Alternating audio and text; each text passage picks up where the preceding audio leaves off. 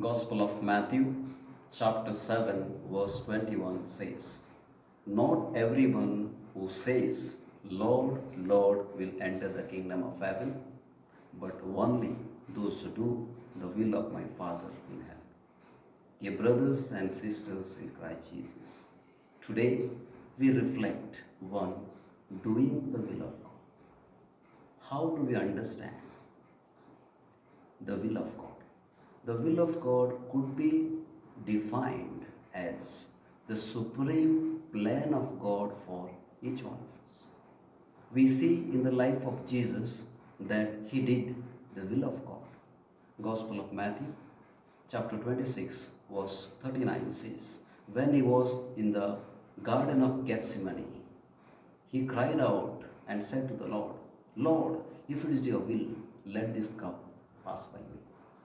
St. Peter, in his first letter, chapter 3, verse 17, he says, it is better that we suffer in doing good works. So, this is all about what is will of God.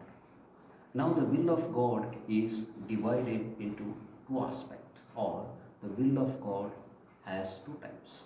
One is the God's will of decree. This means God has a supreme power on whole earth and on whole heaven. And that we read in book of Daniel, chapter 4, verse 35. Second one is God's will in command. God has given us commands to follow and to live a holy life. And therefore we are all called upon to lead a life of sanctification. First Thessalonians chapter 4, verse 3, we read. Now, how we can accomplish the will of God in our life, or how we can do the will of God in our life. The will of God in our life could be done in three ways. First one is doing good works. 2 Timothy chapter 3, 16 and 17 we read. Secondly, discern what God calls us to do. Romans chapter 12, 2.